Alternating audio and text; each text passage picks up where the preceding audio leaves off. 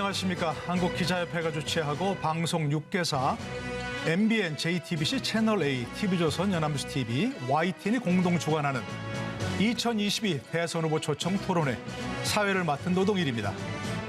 대통령 선거가 26일 앞으로 다가왔습니다.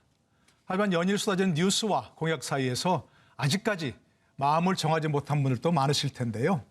지금부터 130분간 진행될 2022 대선 후보 초청 토론회 함께 하시면서 대한민국 차기 대통령으로 누가 적합한지 그 자질과 능력을 평가해 보시기 바랍니다. 후보들을 만나보기 전에 토론 진행 방식을 안내해 드리겠습니다. 모두 발언을 시작으로 두 번의 주제 토론과 두 번의 주도권 토론, 그리고 오늘 토론회를 주최하는 기자협회에서 준비한 두 번의 공통 질문과 마무리 발언 순서로 진행될 예정입니다. 각 토론의 규칙과 자세한 진행 방식은 토론 시작 때마다 안내해 드리도록 하겠습니다. 본격적인 토론에 들어가기에 앞서 오늘 토론의 구성과 후보자들의 좌석 배치, 토론 순서는 한국기자협회와 4당, 그리고 주간 방송사 MBN, JTBC, 채널A, TV조선, 연합뉴스 TV, YTN 간 사전에 약속된 내용이라는 점 미리 알려드리겠습니다. 또한 오늘 토론회는 정부의 코로나19 방역 수칙을 준수하며 진행하고 있다는 점도 말씀드립니다. 네, 첫 번째 모두 발언 순서인데요. 네, 모두 발언에 앞서서 후보들께서는 함께 좀 보시고 오늘 격려 말씀도 하시고 화이팅도 한번 좀 외쳐주시죠. 함께 보시고 인사 좀 나누시죠. 네. 화이팅. 잘하시죠. 화이팅. 잘 부탁드리겠습니다. 훈훈한 분위기입니다. 2022 대선 후보 초청 토론회 모두 발언을 시작하겠습니다. 후보들의 모두 발언 시간은 1분입니다. 첫 번째 순서 더불어민주당 이재명 후보입니다. 존경하는 국민 여러분, 더불어민주당 대통령 후보 이재명입니다. 먼저 여수 사고로 숨지거나 다치신 분들 위로드리고 빨리 회복하시고 명복을 빕니다. 지금 세계가 위기입니다. 대한민국도 위기이고 이런 위기에는 위기에 강한 유능한 리더가 필요합니다. 유능한 리더가 있어야 이 위기를 기회로 만들어서 다시 성장하고 우리 모두가 함께 잘 사는 나라 만들 수 있습니다. 저 이재명은 경기도 성남시를 거치면서 실력을 실적으로 증명해서 이 자리까지 왔습니다. 우리 국민들께서 불러주셨다고 생각합니다. 강한 나라, 함께 잘 사는 정말 진정으로 성장하는 나라 저희가 꼭 만들 자신이 있습니다. 위기에 강한 유능한 경제 대통령 후보 이재명입니다. 네, 수고하셨고요. 이어서 정의당 심상정 후보 모두 발언해 주시죠. 존경하는 국민 여러분, 대한민국 통째로 바꿔주십시오. 기후위기 멀게 느껴지시죠? 그러나 목전에 와 있습니다. 더 이상 퇴로가 없습니다. 이제 성장도 산업도 기업도 우리의 일상까지도 지구의 한계 내에서 재구성돼야 됩니다. 기후위기 우리 청년들의 삶에 결정적인 위협이 될 겁니다. 에너지 전환, 기업의 생존 문제가 됐습니다. 국가의 경쟁력이고 안보의 문제입니다. 다음 대통령이 기후 대통령이 돼야 될 이유입니다. 200년 화석 연료 문명을 전환하는 과정에서 극심한 불평등과 차별 그리고 청년 소외, 지역 소멸 문제 함께 해결해야 됩니다. 이제 대한민국 경제 대통령 시대 끝내고 녹색 복지 대통령 시대 열어야 됩니다. 저 심상정이 이 대전환의 첫 발을 내딛는 마지막 소임을 최선을 다하겠습니다. 감사합니다. 네, 수고하셨고요. 이어서 국민의당 안철수 후보 모두 발언해 주시죠. 안녕하십니까. 국민의당 대통령 후보 안철수입니다. 코로나19 확진자 누적 120만 명이 넘었습니다. 정말 위기 상황입니다. 이럴 때일수록 어떻게 국민의 생명을 구할 것인가, 그리고 또 벼랑 끝에 내몰린 소상공인 자영업자들을 어떻게 도와줄 것인가에 대선의 모든 관심이 집중되어야 할 때입니다. 그런데 갑자기 정치 보복에 대한 그런 논란이 불거졌습니다. 저는 기득권 양당 1, 2번 후보 누가 당선되더라도 앞으로 5년간 국민은 반으로 갈라져 싸울 겁니다. 자기 편만 기용하면서 결국은 무능하고 부패한 정부가 될 겁니다. 그리고 또한 미래를 잘 알지 못해서 미래 먹거리, 미래 일자리 만들지 못할 겁니다. 저 안철수 해내겠습니다. 네, 수고하셨고요. 모두 발언 마지막 순서 국민의힘 윤석열 후보입니다. 네, 우리 자랑스러운 대한민국 국민 여러분, 굴종 외교로 안보가 위태롭고 또 비상식 정책과 부패로 경제가 흔들리고 있습니다. 그리고 양극화는 더 심해지고 있습니다. 국민이 키운 윤석열, 상식을 바로 세우고 산업 기반을 고도화해서 신나는 나라, 역동적인 나라를 만들겠습니다. 그리고 여기서 나온 생산 가치를 많은 어려운 국민들과 함께 나누고 두텁게 경제 주체로서 다시 자립할 수 있는 그런 따뜻하고 생산적인 복지 반드시 실현하겠습니다. 국민 여러분, 저 윤석열 믿어주십시오. 감사드립니다. 네, 모두 발언 모두 들어봤고요. 한국기자협회가 주최하고 방송 6개사 MBN, JTBC, 채널A, TV조선, 연합뉴스TV, YTN이 공동 주관하는 2022 대선 후보 초청 토론회 첫 번째 주제 토론 시작하겠습니다. 이번 대선에서 2030 청년 세대 표심을 잡기 위한 각 당과 후보들 경쟁이 치열한데요. 오늘 이 자리에서는 각 후보들이 준비한 2030 청년 정책을 소개하고 토론해 주시기 바랍니다. 각 후보들께 총 6분씩 시간 드립니다. 6분의 시간을 잘 활용해서 정책도 소개하고 다른 후보와 토론을 하셔야 하는 만큼 질문과 답변 1분 이내로 가급적 해주시길 부탁드리겠습니다. 사전 추첨에 따라서 심상정 후보가 먼저 발언을 시작하시면 손을 들어주시면 발언 요청을 할 순서에 따라서 발언권을 드리겠습니다. 심상정 후보 2030 청년 정책에 대해서 말씀해 주시죠. 네, 그 선거운동 과정에서 만난 한 청년의 질문이 머릿속에서 지워지질 않습니다. 우리 엄마는 자꾸 저한테 희망을 가지라고 하는데 어떻게 하면 희망을 가질 수 있나요? 순간 저는 굉장히 먹먹했습니다. 절대 여러분들 탓이 아닙니다. 여러분들 공부하고 알바하고 취직시험 공부하고 얼마나 열심히 살고 있습니까? 여러분들이 무능해서 여러분들이 게을러서 그런 것이 절대 아닙니다. 문제는 정치입니다. 정치 탓입니다. 이렇게 제가 말씀드렸습니다. 지난 2년 코로나 과정에서 가장 큰 피해자가 소상공인과 청년입니다. 우리 청년들은 수업 손실, 취업 손실, 기회 손실 이걸 모든 것을 오롯이 스스로 감당했습니다. 피해자로 호명된 적도 없고 어떤 지원이 된 적도 없습니다. 저는 청년들의 코로나 회복 차원에서의 대책을 말씀드리겠습니다. 먼저 비대면 상황에서 수업을 받는 청년들에게 그 학자금 대출 50%를 탕감해야 합니다. 그리고 생계비 대출 그 햇살론 뉴스 이자를 전액 감면해야 합니다. 이런 최소한의 조치에 대해서 우리 이재명 후보님 어떻게 생각하시는지 예, 이재명 후보 말씀해 주시기 손도 바랍니다. 드셨지만 지명하셨기 때문에 말씀하시죠. 네, 뭐 좋은 의견이십니다. 근데 저는 이 상황에서 이 말씀을 한번 드리고 싶습니다. 우리 기성세대들은 고도 성장 시기에 정말 많은 기회를 누렸고 또 각각의 성공을 해왔습니다. 그런데 우리가 여기서 간과한 게 있습니다. 바로 공정성 문제를 방치했던 거죠. 그 결과 불공정, 격차가 심해지고 양극화가 결국은 경제적 저성장을 불러와서 기회 부족 사회가 됐습니다. 이 기회 부족 사회의 특성은 경쟁이 격렬하다는 것이고 약자인 청년층이 진출하기 어렵다라는 것입니다. 요즘 청년 고독사가 거의 2배 이루고 있다고 합니다. 저는 그래서 이 청년들에게 첫째, 소득 보전을 해줄 필요가 있다. 전 생애 중에서 청년이 제일 지원 못 받고 있습니다. 그게 청년 기본소득입니다. 역량 개발의 기회를 주는 것이죠. 두 번째는 주택을 구할 수 있게 해주겠다. 청년 기본주택입니다. 세 번째가 바로 청년들도 사채업자한테 당하지 않고 최소한의 금리로 장기간 은행 대출을 쓸 수 있는 기회를 주자는 것입니다.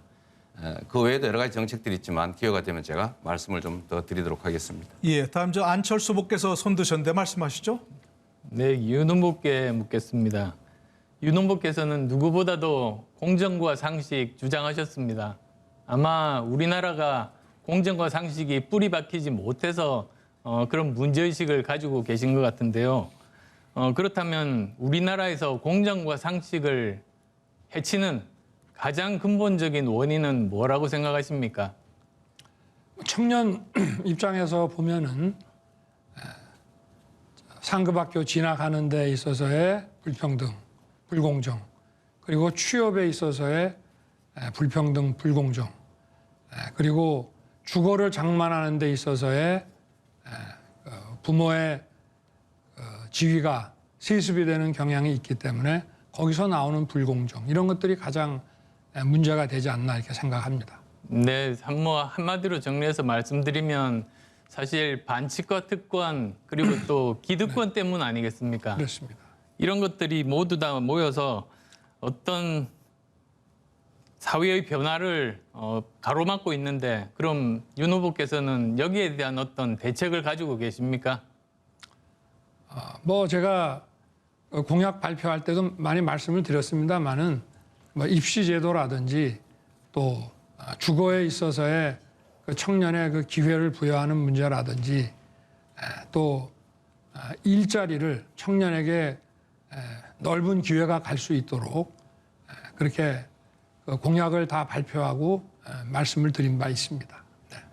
사실 기득권의 힘을 사회적인 합의로 통제하는 것이 저는 굉장히 중요하다고 생각합니다. 대표적으로 제가 예를 들고 싶은 게 사실 강성귀족노조입니다. 강성귀족노조가 청년의 일자리가 만들어지는 것을 원천적으로 차단하는 그런 경우들이 많기 때문에 이 문제를 짚고 넘어가지 않을 수 없는데요. 윤 후보께서는 지난번에 노동이사제를 찬성한다고 하셨습니다. 공기업의 노동이사제를 찬성한다고 하셨는데 어떤 기사를 보니까 이렇게 말씀하셨습니다. 노동이사가 그것이 노조 출신이 아니라 노조에서 추천한 변호사들이 많다. 그렇게 말씀하신 것 같은데 맞습니까? 뭐 그렇습니다. 전문가들이 많이 선출이 되는 것 같습니다. 추천이 되는 것 같습니다. 그래서 실제로 조사를 해봤습니다. 그랬더니 서울시 산하 20개 공기업에서 현직 26명의 그 노동이사들 중에서 15명이 민주노총 그리고 7명이 한국노총 출신입니다. 그러니까 노동이사의 85%가 변호사가 아니라 바로 노조 출신인 것이죠. 그럼 이렇게 잘못 알고 계신 부분이 있으신데도 여전히 노동이사제에 찬성하시겠습니까?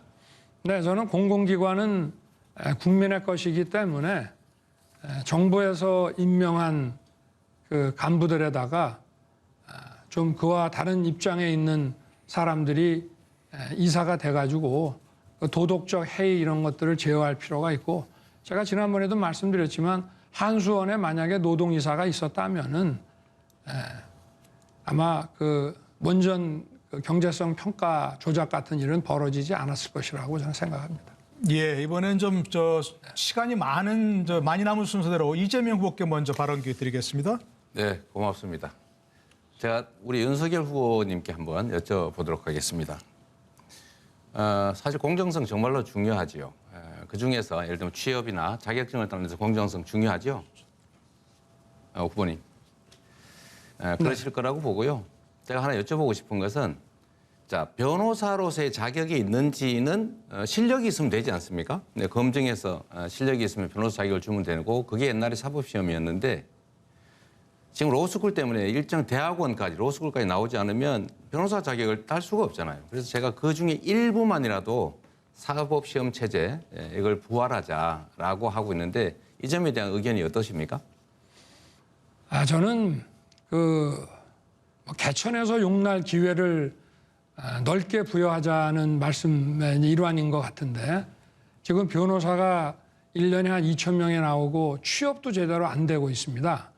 그래서 그런 별도의 시험을 부활하게 되면은 더 이게 그 전문 직업의 자격증은 딴다고 하더라도 일하기가 더 어려워지기 때문에 저는 로스쿨에 야간 로스쿨이라든지 또는 로스쿨의 직업 그 생업에 종사하다가 갈 수 있는 특별 전형이라든지 그리고 장학금 제도라든가 이렇게 해서 기회의 문을 넓히는 것이 사법시험 부활보다는 더 효과적이라고 저는 생각합니다.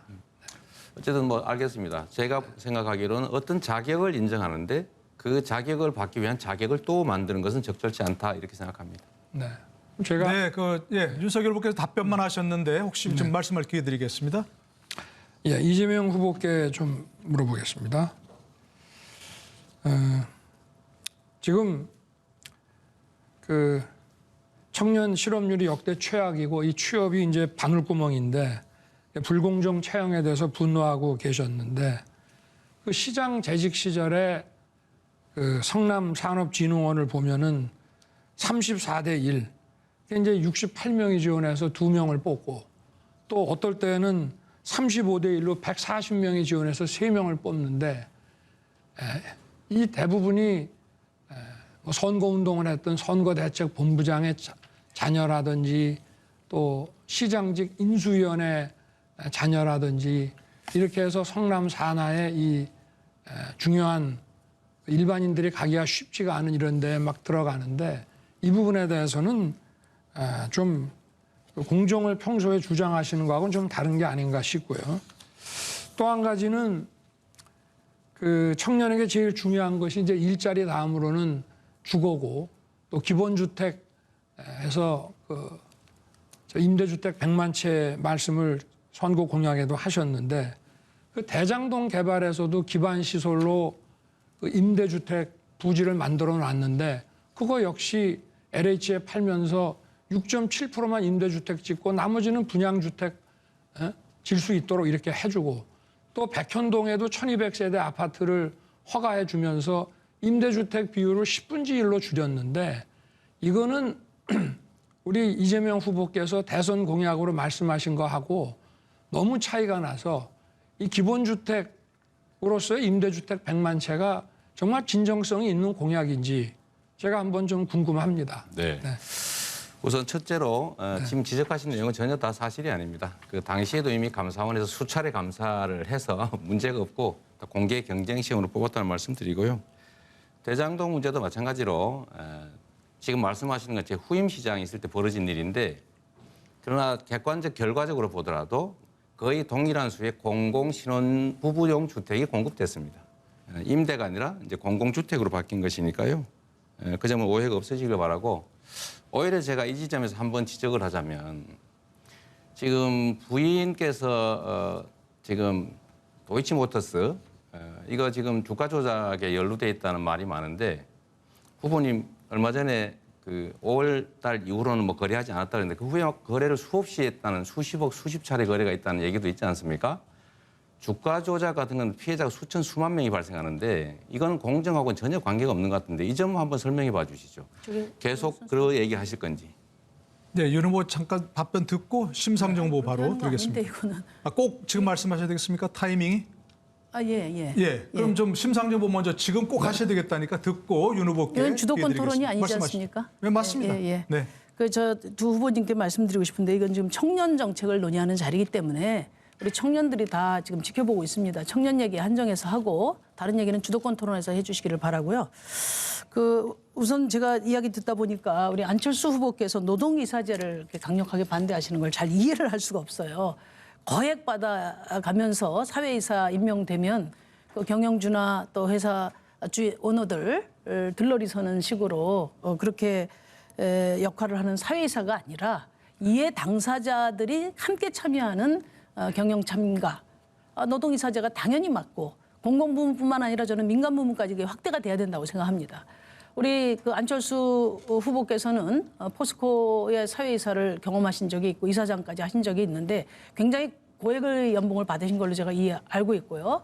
몇백 건 중에서 반대하신 게 단 3건밖에 없습니다. 제 기억으로는. 그리고 포스코 당시에 부실기업 인수 문제가 논란이 됐을 때도 그걸 막지 못해서 사실 큰 손해를 끼쳤다는 것을 여러 군데서 지적을 한 것도 제가 봤습니다. 그래서 민주노총이 들어가면 안 된다는 식의 그런 그 불합리한 인식이 어디가 있습니까? ESG 경영이 지금 그 확대되고 있는데 그 거버넌스 이해 당사자들이 참여하는 경영입니다. 노동자는 그 회사의 주인입니다. 따라서 그 회사가 어떻게 가는 것이 가장 회사 발전에 도움이 되는지를 누구보다도 잘 아는 사람들입니다. 그런 점에서 노동이사제, 사회이사가 아니라 노동이사제가 돼야 된다. 그리고 지금 공공부문제 도입을 했는데 이제는 민간부문까지 확대해야 된다. 그냥 뭐 변호사다 또 뭐 회계사다 이런 사회적인 어떤 그런 그 자격증 가지고 고액 돈 들여가면서 사회이사 해서 들러리 세우는 그런 이사제는 이제 필요 없다. 그런 말씀을 저는 좀 드리고 싶습니다. 예, 제가 답변할까요?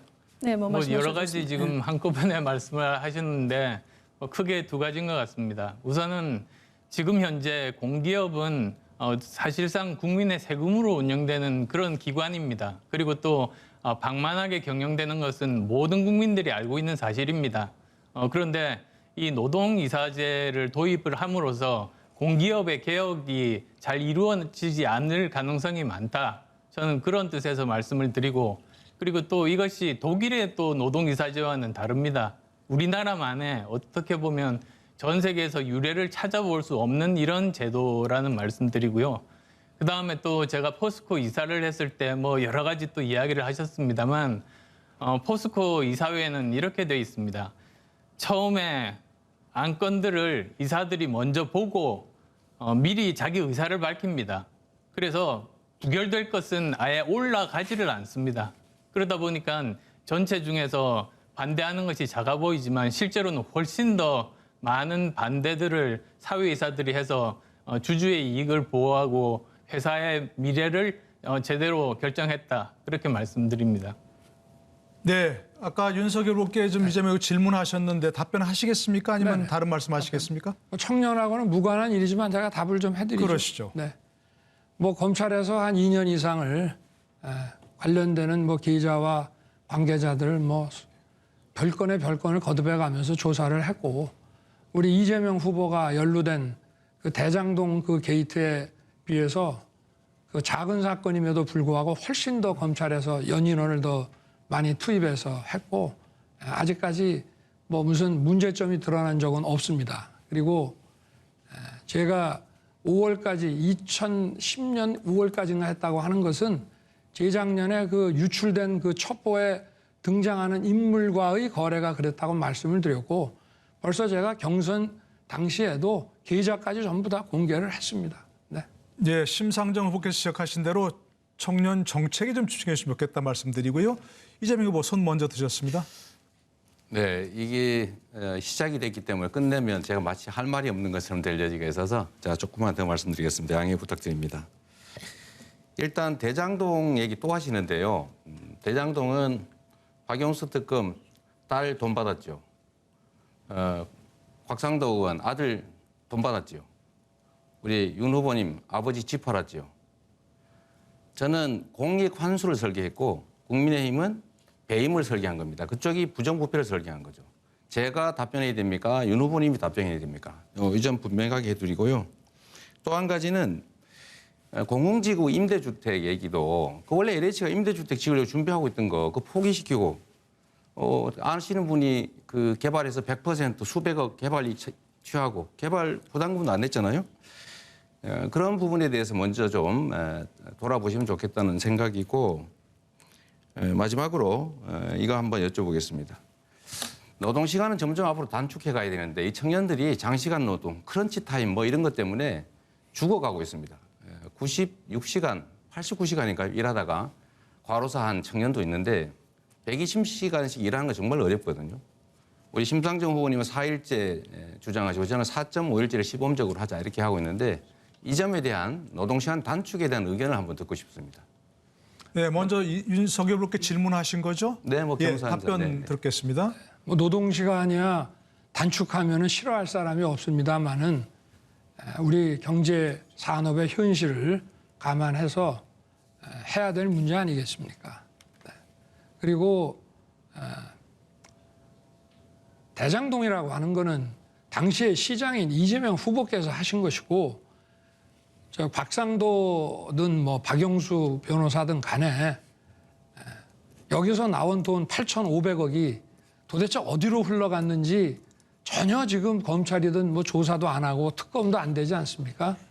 저는 이 자금이 지금 누구 주머니에 있고 어디에 숨겨져 있고 어디에 쓰였는지 반드시 진상규명이 확실히 돼야 된다고 생각합니다.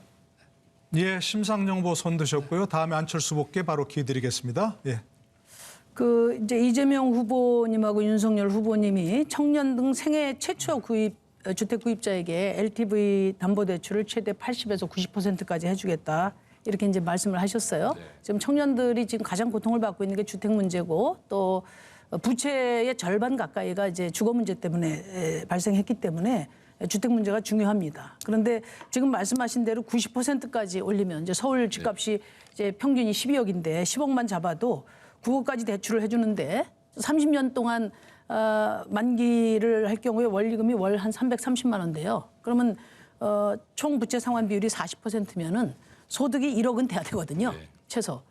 이 지금 두 분이 말씀하시는 생애 최초 주택 구입자들이라는 게 결국은 1억 수준의 이런 고소득자들을 위해서 지금 생애 최초 주택 구입을 설계를 하신 것인지 제가 묻고 싶습니다. 우리 이재명 후보께서 말씀해 제가 주십시오. 먼저 말씀드릴까요?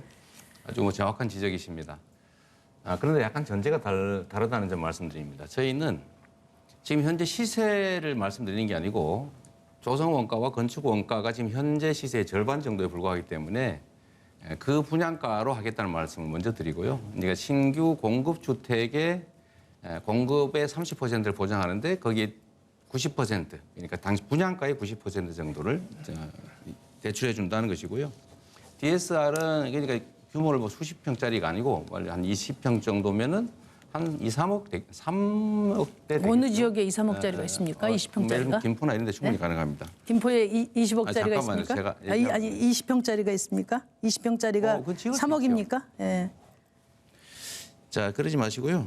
DSR 문제는 장래 소득도 산입을 해주자가 저희의 계획입니다. 저는 이제 이 문제에 대해서는 뭐 구체적인 정책적 네. 그런 걸 따지기 전에 저는 이제 우리 청년들에게 빚내서 집 사라 이런 정책들은 이제 그만 내셔야 된다고 생각합니다. 사실 그 이재명 후보가 이 문제가 지적이 되니까 소득 기준을 다시 완화하겠다 말씀을 하시고 조금 전에 설명을 해주셨는데 사실 DSR을 더 낮추면은 이런 걸 두고 약탈적 대출이라고 하는 거거든요. 그런데 이제 지금 집값도 하향 추세가 있으면 이러다가 이제 결국은 미국의 서프라임 모기지 사태 같은 경우까지 갈 수 있습니다. 그래서 저는 갚기 어려운 수준으로 돈을 빌려주는 약탈적 대출을 청년 주거 대책으로 내모는 거는 투기판에 내모는 거와 마찬가지다. 그런 점에서 윤석열 후보도 같은 지적을 드리고 싶습니다. 한 말씀 해주시죠. 네, 잠깐만요. 많이 지금 잘못 윤석열 알고- 후보가 지금 16초 남으셨는데요. 네. 심상정 후보는 윤석열 후보의 답변을 듣고 싶다면 본인의 시간에 좀 차감해도 괜찮습니까? 네, 동의하십니까? 제가 15초 더 네, 드리겠습니다. 계속 하시죠. 하겠습니다. 윤석열 후보. 뭘 좀 잘못 알고 계시는 것 같은데요. 맨날 잘못한다고 그러세요. 예. 아니 지금 말을 하고 있으니까 수도권에 서울을 얘기하는 것이 아니고 저는 청년 주택을 신도시에 그 GTX 있는 데 짓겠다고 했고 그걸 계산을 해보면은 월 한 100만 원 정도, 101만 원 정도로 계산이 되고요. 그리고 이거 자체가 하나의 자산 또 축적이 되기 때문에 그렇게 문제 있는 제도는 아닙니다. 그리고 미국이든 영국이든 이런 선진국에서도 대도시 주변에 거의 뭐 한 80%, 90% 심지어는 95%까지 LTV를 올려갖고 그렇게 대출해 주는 것이 일반화돼 있습니다. 예. 예, 이번엔 안철수 후보 순서 드리겠습니다. 지금 뭐 답변은 못 하실 텐데 아까 윤 후보께 강성 규정 노조 말씀을 좀 연이어서 드리고자 합니다. 사실 젊은 사람들의 새로운 일자리를 만드는 것을 지금 막고 있습니다. 본인들의 처우가 훨씬 더 중요하고 그러다 보니까 기업에서는 새롭게 사람들을 고용할 수가 없는 것이죠. 그런데 이 노동이사제까지 도입이 되면은 공기업의 개혁이 심각하게 타격을 받을 수가 있습니다. 근데 아마 고용세습은 반대하실 테고요. 그리고 얼마 전에 보니까 또 타임오프제는 찬성하셨단 말이죠. 그러면 저는 우리 사회 공정과 상식을 자리 잡게 하려면 이런 강성 규정 노조에서의 기득권, 특권과 반칙을 없애는 게 매우 중요한데 그런데 강성윤 노조에는 아마 반대하실 겁니다. 그런데 또 노동이사제는 찬성하시고 타임오프제도 찬성하시고 또한 고용세습은 반대하시고 저는 소신과 철학이 무엇인지 알 수가 없습니다. 그래서 정말 그래서는 노동개혁도 어렵고 그리고 공정과 상식을 지키기도 어렵다는 말씀 드리겠습니다. 네, 혹시 윤석열 후보 답변을 듣기 원하십니까? 네. 원하신다면 본인의 시간을 좀 할애해 주시고요. 네, 15초 드리겠습니다. 예, 15초 드리겠습니다. 말씀하시죠. 노동개혁이라는 것도 대타협을 해서 받아들일 거는 받아들이고 또 이 너무 과도한 고용보장이라든가 그 노동의 그 경직성은 좀 유연하게 완화하고 이렇게 가는 것이지 시종 일관 어떤 한 가지 그 방향으로 쭉 간다고 해서 그것이 노동 유연성을 보장하고 청년의 일자리를 만들어내는 것은 저는 아니라고 생각합니다. 네, 지금 포인트가 전혀 다른 답변을 하셨는데요.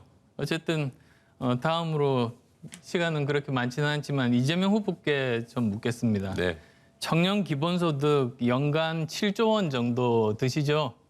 그 정도 될 겁니다. 예. 그런데 진짜 청년들이 원하는 것은 주거와 일자리 아닙니까? 네. 그러면 그 7조 원을 100만 원씩 1년에 나눠준다고 해도 한 달에 8만 원밖에는 안 되니까 차라리 그 7조 원을 청년들을 위한 그 주택 마련에 전부 투자를 하는 것이 그것이 더 좋은 방안 아니겠습니까?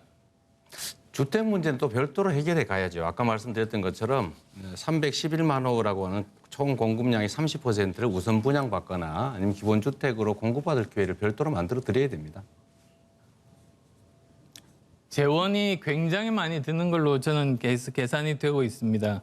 그러니까 많으면 한 300조 원 정도가 지금 저 기본주택에서는 드는 것인데 그게 지금 현재 우리나라 예산의 절반 아니겠습니까? 그 막대한 돈을 어디서 그러면은 우리가 구할 수가 있는 거죠? 300조가 든다는 건 전혀 사실이 아니고 그건 현금으로 지울 때 얘기 아니겠습니까? 이건 현금으로 짓는 게 아니고 보증금도 있고 또 주택 도시 기금도 있고 하기 때문에 그렇게 많이 들지 않습니다. 보증금만으로는 안 됩니다. 분양을 한다면 또 제가 이해는 하겠습니다만 그것 자체가 대출이기 때문에 문제라고 예, 시간 말씀드립니다. 됐고요. 예, 이재명 후보, 심상정 후보 각 30초, 24초 네. 남으셨습니다. 이제 본인이 하시고 싶은 마무리 발언을 이 청년 정책에 대해서 하시면 좋을 것 같습니다. 이재명 먼저 말씀하시죠. 네, 청년들의 상황이 너무 어렵습니다. 정말 지금은 희망을 가지기도 어려워서 결혼도 포기하고 다음 세대는 나보다 더 어려워질 거라고 믿어지니까 출산도 포기하는 아주 심각한 상황입니다. 소득 보전 조치가 필요합니다. 우리 안 후보께서는 약간 다른 의견을 가지고 계시지만 아버지 부양하는 2만 원이 없어서 유기치사제로 처벌받는 청년도 있습니다. 제가 7천 원이 있었으면 기본소득이 있었으면 제가 공장 다니면서 이렇게 고생하지 않고 공부했을 겁니다. 예, 그런 기회를 주자는 것입니다. 예, 심상정 후보 발언하시죠. 예, 청년들의 기회의 창을 세 가지 방향에서 마련하려고 합니다. 예, 청년들의 격차가 사실 부모 지원 여부에 가장 크게 의존되고 있기 때문에 출발선을 동등하게 하는 청년기초자산제를 도입을 합니다. 그리고 기득권의 과감한 재조정으로 국민연금이나 또 주택 문제를 해결하겠습니다. 그린 경제로 새로운 일자리, 새로운 기회를 만들어내겠습니다. 그 세 가지 방향에서 청년들의 네. 새로운 기회의 창을 만들겠습니다. 예, 수고들 하셨습니다. 첫 번째 주제 토론 해보았고요. 이번 수는 첫 번째 주도권 토론입니다. 주도권을 가진 후보에게 7분 시간 드립니다. 주제 제한 없이 자유롭게 토론하시면 되는데요. 반드시 2명 이상 후보에게 질문해 주셔야 합니다.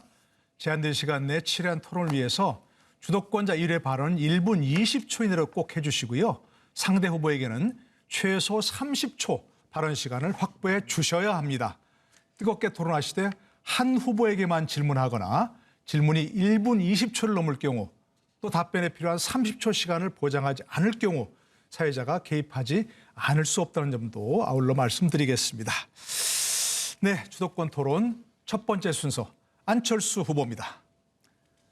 윤 후보께 묻겠습니다. 주식 양도세 폐지한다고 하셨죠? 그렇습니다. 네, 그리고 또 종부세도 폐지한다고 하셨다가 나중에 재산세와 합해서 이렇게 계산한다고 하셨는데 바꾼 건 아니고요. 결국은 네. 더 처음부터 합친다고. 줄이겠다 그 말씀 아니십니까? 그러니까 여러 가지 감세 정책들을 내신 것 같습니다. 그런데 지금 윤 후보께서 지금까지 발표하셨던 공약들의 전체 소요 예산이 얼마나 되는지 아십니까? 계산해 보셨겠죠? 한 250조 정도 생각하고 있습니다. 예, 그러면 그게 원가 주택 앞으로 거의 한 300조로 사실은 추정이 됩니다만 그걸 빼고 이제 말씀하신 200몇십 조 정도가 되는 것 같습니다. 그런데 그러면 실제로 그 돈을 우리나라 예산의 거의 절반에 해당되는 돈인데 어디에서 재원을 마련할 수가 있겠습니까? 그래서 우리 안 후보께서 상대 공약에 대한 준비가 좀 안 되신 것 같은데 원가 주택은 분양 주택이기 때문에 잘 아시다시피 임대주택이라 자산을 보유하는 게 아니라서 그거는 뭐 문제될 게 없습니다. 별도의 예산이 들어가질 않고요. 다 회수하는 것이고. 예, 그래서 저는 그리고 그거 빼고 200몇십 그러니까 그거를 300조라고 말씀하시는 것 자체가 알고 하시는 건지 일부러 하시는 건지는 모르겠습니다만은 그건 좀 아닌 것 같고요. 그리고 250조에서 60조 저희는 뭐 예산 전문가 붙여갖고 다 계산을 하고 있는데 그러면은 이게 매년 한 뭐 전체 우리가 그러면 1년에 600조만 잡고 예산이 늘지 않는다고 해도 5년이면 이제 3,000조인데 그중에 재량 예산이 한 50%가 됩니다. 그러면 재량 예산에서 한 10% 정도의 지출 조정을 하고요. 그리고 자연적인 또 세수 증가가 있기 때문에 그걸 감안을 하면은 증세나 국채 발행 없이도 충분히 할 수가 있습니다. 조금 디테일이 약간 더 제가 보완을 해야 되겠습니다. 말씀하신 대로 전체 올해 예산이 600조고 그중에 재량 예산이 300조입니다. 네. 근데 거기에 국방비와 공무원 인건비가 포함되어 있습니다. 그러니까 그건 또 마음대로 쓸 수가 없는 돈이죠. 그래서 빼고 나면 사실상 쓸 수 있는 재량 예산은 200조 정도입니다. 그래서 이 구조조정을 해서 10%를 하는 것도 굉장히 쉽지는 않습니다만 그렇게 해도 20조밖에는 나오지를 않은 겁니다. 그러면은 지금 현재 윤 후보 공약을 제대로 실행하기 위해서는 턱없이 모자라는 그런 돈이라는 뜻이죠. 그건 아닙니다. 그럼 또 어디서 왜냐하면 구하시겠습니까? 예산에서 한 절반 정도가 이제 법정 예산이고 또 재량 예산 중에서도 일부 경직선 예산이 있습니다만은 그 남은 예산은 어떠한 정권이든지 간에 자기들이 중요하다고 우선순위를 두는 데 위주로 쓰게 돼 있기 때문에 그 지출 구조 조정을 얼마든지 할 수 있고요. 또 이 경제 그 성장에 따라서 많은 규제 완화라든가 기업에 대한 그 성장 지원을 통해서 자연 세수 증가가 일어나고 있습니다. 그렇게 해서 그걸 합치면은 1년에 한 50억 정도의 선거 공약과 관련된 50조 정도의 예산을 쓰는 거는 뭐 어느 정부에서나 크게 무리가 없이 가능했습니다. 네. 글쎄요, 저는 아까 뭐 지출 구조 조정에 대해서도 그 정도로 우리가 비용을 만들기는 굉장히 힘들다. 사실 10% 정도 기존의 예산들을 바꾸는 거는 저는 국회의원, 재선의원 출신이기 때문에 잘 압니다만 엄청나게 어렵습니다. 여러 사람들이 거기에 대해서 여러 가지 이해관계가 있기 때문이죠. 그래서 최대가 저는 10%라고 보는 입장이고 그리고 자연세수 증가가 올해 아마도 60조가 더 거쳤을 겁니다. 그거 말씀하시는 거죠? 뭐 초과세수도 있지만요. 그거는 초과세수라는 거는 기재부에서 세입세출을 제대로 저걸 못한 것이고 세수가 조금씩 늘지요. 매년. 올해 초과세수 중에서 가장 많은 부분을 차지하는 건 뭐라고 생각하십니까? 토지에 관한 세금들이 많이 있다고 저도 알고 있습니다. 네, 부동산값 폭등으로 인해서 양도 차익이 굉장히 많이 발생을 했습니다. 그래서 이런 일은 다음 해, 그 다음에 이렇게 반복되지가 않을 겁니다. 그러니까 여기에다가 모든 것을 계획을 세우는 것은 무리다. 저는 그렇게 말씀을 드리고 싶습니다. 네, 안철수 후보 다른 분께도 좀 질문을 네, 부탁드리겠습니다. 그래서 또 이재명 후보께 질문을 드리겠습니다. 네, 고맙습니다. 포퓰리즘이라는 단어에 대해서 어떻게 생각하십니까? 그런데 양 측면으로 해석되죠. 엘리트주의에 대한 반대말로 또는 이제 대중 영합주의로 같은 단어가 약간 다르게 쓰이는 뭐 그런 대표적인 케이스라고 할 수 있습니다. 지금까지 공약을 해서 어느 정도 5년간 예산이 필요하다는 것 아마 계산하셨을 텐데요. 어느 정도인지 말씀해 주시겠습니까? 저희는 아직도 그러니까 예를 들면 아동수당이나 이런 것들을 정확하게 다 발표하지 않았기 때문에 그런데 저희가 계산하기로는 가용 예산이 한 300조 이내라고 보여지고 그래서 저희도 300조를 넘기지 않도록 250조에서 300조 사이에 하도록 그렇게 조정해가고 있습니다. 그게 연간 말씀이시죠? 그렇습니다.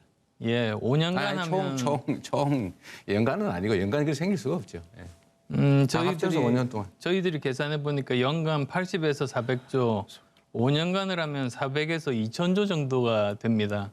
엄청난 규모의 돈 아니겠습니까? 이 돈을 어디에서 우리가 조달을 할 수 어떤 게 있죠? 2천조가 된다고요? 어디에서 이런 거대한 돈을 조달을 할 수가 있겠습니까? 아니 2천조는 갑자기 어디서 나온 숫자죠?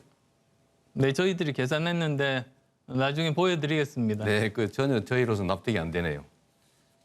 예, 어디서 만들어 오실 수 있습니까? 2천조를 만들 수는 없죠. 이게 이제 저희가 예측으로는 아마 5년이 지나면은 예산 규모가 이제 자연 증가분 또 예측치 이런 것들이 네, 있으니까. 시간 다 됐습니다. 나중에 이재명 후보 주도권 토론 때 그분이 좀 해명하셔도 되겠습니다. 네, 다음 주도권 토론은 윤석열 후보 순서입니다. 시작하시죠. 그래서 오늘은 뭐 대장동은 제가 좀 그만 물어보고 백현동 그 식품연구원 부지 옹벽 50m짜리 올라가는 걸 조금 한번 물어보겠습니다.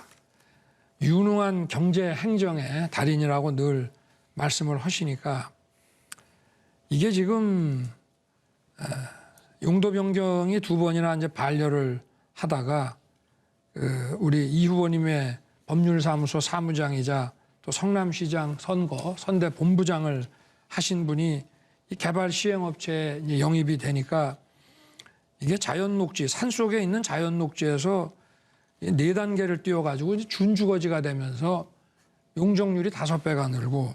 후보님, 일단 제가 팩트 확인을 질문을 하고 일을 있으니까 하실 때 너무 이거 다 허위사실이 확인을 많아요. 한 겁니다. 네. 네. 그래서 답을 하시면 됩니다.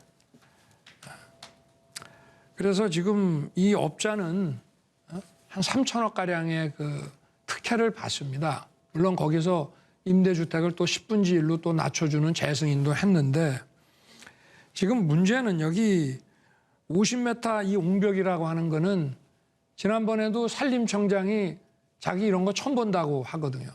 그래서 이게 지금 붕괴 위험이라든가 여기가 지금 상도동 유치원 무너진 데하고 이 토지 형태가 비슷해 가지고 그래서 지금 이게 준공승인이 지금 반려가 돼 있고 그러다 보니까 여기 입주한 수천 명의 주민들은 등기도 못하고 또 대출에도 아주 어려움을 지금 겪고 있는데 특정 그 업자에게는 수천억의 천문학적 이익을 주고 그리고 또 수천 명의 주민들에게는 이 어떤 위험한 데서 살게 하면서 준공도 안 되게 이렇게 하는 것이 이게 공정하고 정상적인 행정이고 본인이 경제 행정의 달인이라고 말씀하실 수 있습니까? 일단 팩트를 확인하면 사무장이다. 이거 전혀 사실이 아닙니다. 법률사무소의 사무장이라 이건 전혀 사실이 아니고요. 두 번째로 선대 본부장은 하셨지 않습니까? 2006년 떨어지는 선거에 한참 후에 벌어진 일이라는 말씀드리고요. 저는 연락도 잘 안 되는 사람이 말씀을 일단 드리고 그럼 이런 특혜가 왜 일어났습니까? 후보님. 네, 30초 답변 시간을 주시고 다 질문하시죠. 법률가신데 약속은 지키고 하는 게 좋지 않겠습니까? 이거는 도시계획심의위원회에서 저는 그 세부 내용을 모르죠. 도시계획심의위원회와 관련 부서에서 처리하는 거니까 관련 규정에 따라서 다 처리된 것이고 이게 무슨 불법이 있거나 잘못된 것이라고 결론 난 게 없지 않습니까? 그리고 여기는 제가 말씀을 드리는데 성남시의 공공기관 이전을 하기 위해서 국토부가 요청을 했기 때문에 제가 계속 반려했고 나중에는 성남시의 최대한 이익을 확보하는 조건으로 국토부와 식품연구원이 요구하는 대로 법에 따라서 용도를 바꿔준 겁니다. 참 뭐 말씀하시면 늘 사실하고 다른 말씀을 하시니까 좋습니다. 그러면 또 하나 같은 종류의 걸 한번 물어보죠. 그 분당 정자동에 보면 그 두산건설 소유 병원 부지 3,000평짜리가 있는데 네. 이것도 상업용지로 용도 변경을 해주시고 그래서 이 72억에 취득한 것이 지금 뭐 수천억으로 급상승해서 두산은 또 이걸 가지고 담보대출을 1,300억을 받아가지고 자금난을 또 해소합니다. 그리고 두산건설은 그 직후 다음에 그 다음에 1년에 21억씩 해서 42억을 성남 FC에다가 후원금으로 기부하는데 부지를 담보대출 받아서 자금난 해소할 만한 그런 기업이 성남 FC에 40억이 넘는 후원금을 낸다는 것도 좀 납득하기가 어렵고요. 이거는 대가 관계없이는 이루어지기가 어려운 데다가 이 후원금을 유치하게 되면 그 성남시 규정에 따라 가지고 10에서 20%의 그 간부들 성과급을 받게 돼 있고 성과급의 결정은 구단주인 시장이 하게 돼 있는 건데 이 의회, 시의회에서도 도대체 FC에 들어온 그 우리 후보님이 시장으로 재직할 때 3년 동안 165억이라는 그 현안이 걸려 있는 기업으로부터 이렇게 후원금을 받았는데 이 165억의 사용처와 그리고 그 도대체 성과급이 누구한테 갔는지 그걸 밝히라고 하는데 그거를 왜 떳떳하게 밝히지 못하고 거부하시죠? 첫 번째로 기업들이 장기간 방치된 땅을 이용해서 관내로 들어오면 기업 유치가 되죠. 우리 후보님도 새만금 가서 원가로 뭐 토지 공급해 주겠다, 혜택 주겠다 이렇게 약속하셨죠. 후보님이 하시면은 기업 유치고 제가 하면 특혜입니까? 이거 70억짜리가 아니고 30년 전에 병원 짓다가 중단해서 흉물로 남아있던 건데 이거를 바꿔줘서 기업 들어오고 세금 늘어나고 일자리 생기고 공공취득 10% 저희가 받아서 300억 이상 혜택을 환수했는데 이거 잘했다고 칭찬을 해야지 이 기업 유치한 거를 욕을 하면 비난하면 되겠습니까? 두 번째로 자꾸 사실이 아닌 얘기를 하시는데 그렇게 하시면 안 됩니다. 이거 경찰에서 3년 6개월 동안 국민의힘이 고발해가지고 몇 차례 수사한 겁니다. 그래서 그 자금 추적 다 했어요. 자금 추적을 뭐랍니까? 자금 추적을 경찰이 다 했다고요. 그런데 이런 거 아닌 사실 가지고 자꾸 왜 검사가 왜 그러십니까? 사실 가지고 얘기를 해야지. 알겠습니다. 저 윤석열 후보 다른 분께 질문을 좀 부탁드리겠습니다. 뭐 사실이 아닌 30초 말씀을 이상 자꾸 이렇게 하시니까 네. 30초 이상 답변을 보장해야 되니까 되도록 짧은 질문 부탁드리겠습니다. 관련해서 한번 여쭤보겠습니다. 우리 안철수 후보님 이게 경찰이 부실 수사하고 검찰에서도 이 자금을 따라가기 위해서 시도를 했다가 상부에서 누르고 해서 그 차장 검사가 사표 내고 최근에 보도된 거 보셨습니까? 예. 네. 어떻게 생각하십니까? 이게 검경에서 제대로 수사했는데 우리 이재명 우리 후보께서 전혀 문제가 없다고 확인이 된 거라고 보십니까? 어떻습니까? 저는 지금 현재 문재인 정부의 검찰개혁 방향이 완전히 잘못됐다고 생각합니다. 다시 한 번 더 검경 수사권 조정을 하고 그리고 또 이제는 유명무실화된 그런 그 고위공직자 수사처를 없애고 그런 식으로 정리가 필요하다고 봅니다. 예, 수고하셨고요. 네, 이번 주도권 토론 이재명 후보 순서입니다. 말씀하시죠. 네, 저도 사실 이 네거티브한 주제에 대해서 할 말이 참 많은데 우리 국민들의 삶을 놓고 이 아까운 시간을 그렇게 낭비할 수는 없어서 좀 나중으로 미루도록 하겠습니다. 우리 심상정 후보님, 제가 네. 관심 있는 영역이 있어서 그런데 네. 살찐 고양이법이라고 이제 최저임금 대비 임원의 임금을 12배 이하라고 이제 제한하자 이런 거 내셨죠? 이제 공공부문은 이제 10배, 네, 네. 국회의원은 5배, 민간은 30배입니다. 30배. 저는 사실 그 되게 이념적으로 매우 동조하는 입장입니다. 특히 공공기관은 그렇게 해야 된다고 보는데요. 민간 영역까지 그렇게 하자시는 취지는 아니시죠? 민간은 30배. 30배 하는 예. 우선적으로 공공부문부터 모범을 제가- 보자 했습니다. 난 정의당이 가지고 있는 이상적 가치는 정말로 존중하는데 가끔 이럴 때 보면 좀 너무 현실과 동떨어졌다 이 생각이 들 때가 있어요. 뭐가 동떨어졌습니까? 그러니까 제가 예를 들면 극단적인 불평등을 아니, 해소하는 대책을 아니, 말씀하세요. 예. 제가 말씀드릴 때는 조금 네네. 네. 아니, 저도 30초는 말할 기회가 그러니까 있습니다. 제가 얘기하고 드릴게요. 그러니까 제가 그 서생의 문제의식과 상인의 현실 감각을 갖추는 게 정치인의 몫이다. 이 김대중 선생님이 하신 말씀입니다. 제가 그 점을 정말 존중하는데요. 만약에 예를 들어서 질문 드리겠습니다. 30배로 제한하면 삼성전자의 고위급 임원들을 중국에서 이제 기술 유출을 위해서 영입하려고 막 노력하는데 그런 기업들의 고위 임원들이 임금이 보수가 제한되면 중국으로 막 빠져나가고 하면 이런 일이 벌어질 수 있다. 이 삼성과 같은 국제 경쟁력을 가진 대기업들을 몰락시키는 몰락 촉진법이 될 수도 있고 또 한 가지는 중국 미소법, 중국 시진핑 미소법, 중국이 너무 좋아할 것 같아요. 좀 무책임한 주장 아닌가 싶어서 한 말씀 한번 해주세요. 네. 그 대한민국의 지금 불평등이 소득 격차와 자산 격차 분야에 큽니다. 소득 격차, 시장 내의 소득 격차를 어떻게 압착할 것인가 그런 과정에서 살찐 고양이법을 제가 이야기를 했고요. 민간 부분에 대해서 여러 논의가 필요합니다. 중요한 것은 더불어민주당이나 이재명 후보가 공공부문, 국회의원 부분부터 확실하게 결정을 하세요. 그럼 민간 부분은 얼마든지 전 논의할 용의가 있습니다. 네. 그런데 지금 지역의 광역시도에서 거의 한 12개 광역시도의회에서 이걸 다 결정을 했습니다. 네. 그런데 유독 국회만 안 되고 있어요. 더불어민주당 동의 안 하고 있어요. 네, 그러니까 제 알겠습니다. 말씀은 뭐냐? 그러니까 지금 이런 격차를 줄이고 가급적이면은 최고 임금과 최저임금의 폭을 줄여내는 줄이시겠어요? 노력을 공공부문부터 하고 국회의원이 앞장서자. 그러면 제가 이재명 후보께서 국회의원 그렇게 5배로 줄이고 이제 시간 좀 잠깐. 예. 네. 공공부문 10배로 줄이는 결정을 하신다면 민간 부분에 대해서 얼마든지 논의할 용의가 있다는 말씀 드립니다. 네, 제가 시간을 많이 사용해서 우리 안철수 후보님께 제가 한번 여쭤보겠습니다. 저는 우리 사회의 가장 심각한 문제가 이제 불균형 성장이다라고 생각합니다.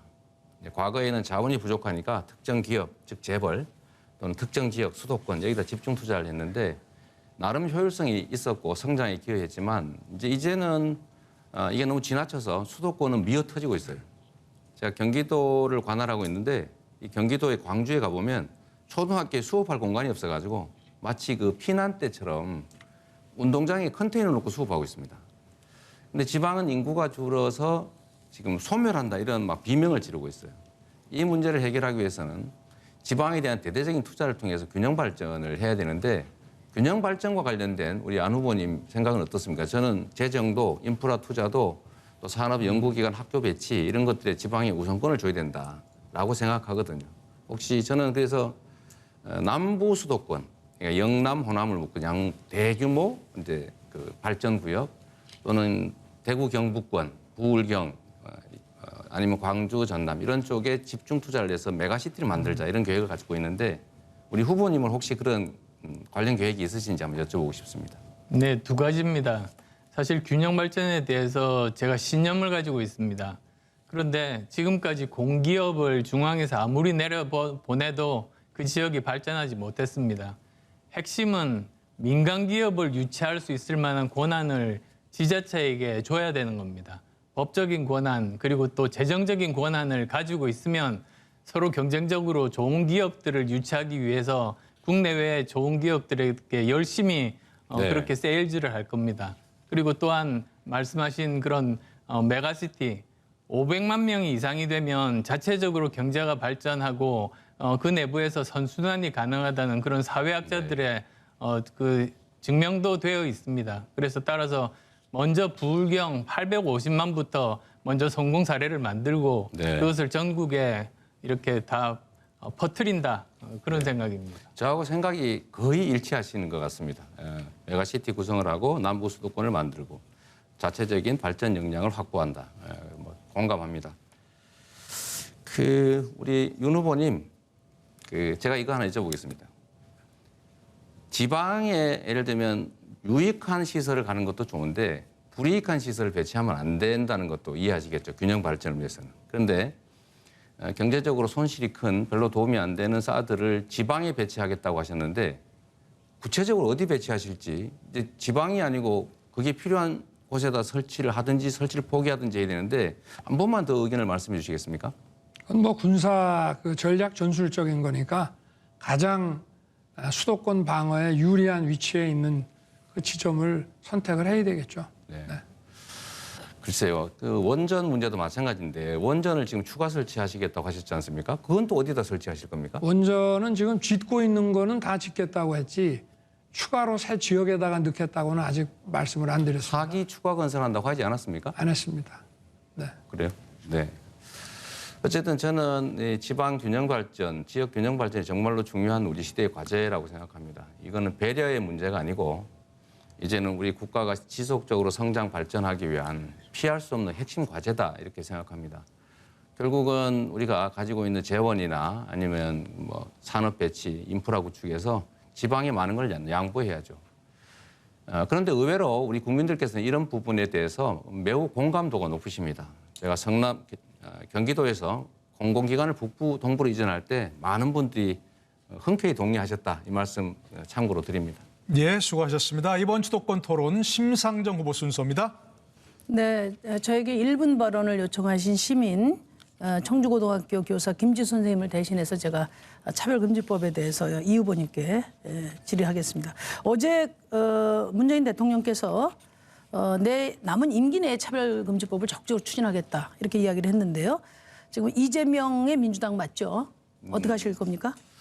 저는 차별금지법을 어쨌든 이 약간의 논란이 있더라도 제정하는 게 맞다고 생각합니다. 아니 그러니까 뭐 작년에 교계에 가셔서는 긴급 사안이 아니라고 하셨고 또 12월 달에는 국회에서 논의하자고 하셨어요. 네. 그러니까 구체적으로 지금 논의하실 의향이 있다면 네. 문재인 대통령도 임기 내를 말씀하셨으니까 제가 정중히 제안을 하나 드리겠습니다. 3월 3일이 곧 변희수 하사 일주기입니다. 네. 아마 누군지 아실 거예요. 나라를 지키겠다는 군인을 네, 알고 있습니다. 네. 국가가 성소수자라는 이유로 이제 지키지 못한 분인데요. 이 변희수 하사를 기억하면서 3월 3일 차별금지법이 제정된다면 그 취지에도 매우 부합할 것 같습니다. 네. 어떻게 하실 겁니까? 그런데 이게 민주당 혼자서 결정할 수 있는 일은 아니고 지금 윤석열 후보께도 한번 의견을 여쭤보시면 좋을 텐데 문제는 저도 역시 국회의원은 아니어서 국회에 대한 직접 지휘권은 없지만 저는 당내에도 분명하게 말씀드려놓은 게 있습니다. 국회에서 입법을 직접 논의하는 게 좋겠다. 저 다른 사안 같은 경우에는 패스트 트랙도 동원하라 이런 지시까지 하셨는데 좀 분명히 말씀해 주시면 좋을 것 같아요. 우리 이재명 후보께서 그러니까 뭐 사람마다 또 견해가 조금씩 하시는 말씀이 다르고 지역마다 다르고 어제 말 오늘 말 이게 다소 차이가 있다 보니까 그렇지 않습니다. 그러니까 기면 기구 아니면 아닌 것을 좀 분명히 말씀해 주시죠. 제가 정리해서 차별금지법에 말씀을 대해서. 드리면 차별금지법은 제정해야 된다. 그러나 이거를 마치 강행 처리 방식으로 할 수 있는 사안은 못 되는 것 같다. 그러니 국회에서 신속하게 논의해서 처리하는 게 좋겠다. 이게 제 입장입니다. 예, 이제 이걸 지금 강행 처리하자 표를 의식하는 그 정치인들이 참 어려운 문제인데요. 저도 지난 총선 때 우리 저는 지역구 입법하는 게 제가 맞다고 생각해요. 말씀드리겠습니다. 지역구 목사님들하고 정말 오랫동안 논의를 했습니다. 그래서 정치와 종교의 역할을 서로 이야기를 나눴을 때 차별금지법에 대해서 합의가 안 됐을 때 우리 목사님들이 심상정 대표 좀 앞장만 서지 말아달라 이렇게 말씀하실 때 제가 그랬어요. 제가 처음부터 앞장선 거 아닙니다. 처음에 노무현 정부와 민주당 의원님들이 앞장서서 차별금지법 하겠다고 그래서 저는 뒤에서 또 돕겠다는 자세로 서 있었습니다. 그런데 일부가 반대 의사가 확인되니까 다 도망갔어요. 그래서 제가 맨 앞줄이 된 겁니다. 근데 저마저 도망가면은 우리 사회 성소수자를 비롯한 그 수많은 그 약자들이 도대체 누구를 의지합니까? 저는 이 문제는 실용의 문제가 아니고 가치의 문제라고 생각하고 정말 단 한 사람도 차별과 혐오에 방치하지 않겠다는 그런 의지를 가진 사람이 민주국가의 대통령 자격이 있다 이렇게 생각합니다. 이재명 후보께서 이 문제에 대해서는 반드시 결단해 주시기를 바랍니다. 우리 윤 후보께도 의견을 물어봐 주시면 실제로 가능하지 않겠나 싶습니다. 물어보는 건 제가 이제 아니, 한데요. 그러니까 이게 민주당이 안 하려는 게 아니고 너무 탓하지 마시고 일단 제가 민주당의 이게 당론이었고 노무현 대통령이 처음 제기한 거기 때문에 먼저 의지를 가져야 그다음 제가 아니 법안도 드리겠습니다. 제시돼 있어요 이미. 그다음에 또 하나 더 묻도록 하겠습니다. 저는 후보 가족의 사생활 문제로 이슈를 만들 생각은 없습니다. 그런데 배우자 의전 문제는 이게 사생활이 아닙니다. 이재명 후보의 자격과 관련된 사안이라고 생각하고 매우 엄중하게 보고 있다는 말씀 드립니다. 시장이나 도지사가 배우자의 사적 영무 지원이나 의전 담당 직원을 둘 수 없죠. 네, 그렇습니다. 예. 2016년에 행자부가 단체장 배우자들의 사적 활동을 공무원이 수행하거나 의존하는 것을 금지하는 지침까지 내린 바가 있습니다. 그런데 지금 문제는 배사무관의 인사권이 바로 이재명 후보였습니다. 제가 이 사안을 배우자 리스크가 아니고 이재명 후보 본인 리스크로 보는 이유입니다. 어떻게 생각하십니까? 어쨌든 워낙 가까운 사적 관계에 있던 사람이 이제 별정직으로 들어오다 보니까 이제 그 사람이 주로 공무에 관련된 일을 도와줬고 그러다 보니까 경계를 좀 넘어서서 사적 관계에 도움을 받은 것 같습니다. 제가 뭐 변명의 여지 없이 제 불찰이고 제가 엄격하게 관리하지 못한 것이니까 다시 한번 사과드립니다. 네, 이게 단순한 불찰이었으면 제가 오늘 거론을 안 했을 겁니다. 자택을 수시로 오가면서 배우자 비서 역할을 했어요. 그러니까 사실 성남시장부터 11년간 사실은 배우자에게 비서실을 만들어준 거나 다름없습니다. 그러니까 이 후보님이 2017년에 대통령 후보 나오셔서 사실상 5년간 대선 준비를 하신 분이거든요. 그 기간에 이 일이 벌어진 겁니다. 그렇기 때문에 우리 국민들이 납득하기 어려운 거예요. 그리고 더구나 이 후보께서는 지금 대장동 사업 같은 경우도 아무 전문성이 없는 유동규 씨에게 맡겨가지고 지금 많은 의혹을 사고 있지 않습니까? 그러니까 대통령이 최고의 권력자이기 때문에 이 국민이 부여한 공적 권한을 사적으로 이용하는 것은 절대 안 된다는 게 우리 국민들의 생각입니다. 그런데 이렇게 가족 측근 관련된 그런 인사권을 이렇게 가볍고 함부로 사용하면 큰일 나지 않겠습니까? 저는 국민들의 우려를 무겁게 느끼시기를 바랍니다. 예, 다른 그리고- 분께도 좀 질문을 부탁드리겠습니다. 저도 네네. 잠깐 답할 기회를 주시면 아니 좋겠어요. 제가 네. 그 뭐 질문을 드린 건 아니고요. 제가 말씀을 드린 거고요. 그다음에 우리 윤석열 후보님, 윤 후보께도 제가 질문을 드리겠는데요. 그 도이치모터스 주가 조작 사건과 관련해서 일전에 공개하신 우리 김건희님의 계좌와는 다른 계좌가 이제 발견이 됐고 또 수상한 거래 내역도 지금 나온 것으로 보도가 되고 있습니다. 문제가 실제 없다고 하면 거래 내역을 공개하십시오. 그래서 무슨 거래 내용을 주식 양도세 다 없애서 주가 부양하겠다는 분이 이렇게 정작 자본시장을 교란하는 중대범죄 의혹에 대해서 떳떳하지 못하면 그거야말로 양도구역 아니겠습니까? 아니 저희는 말씀해 보세요. 네.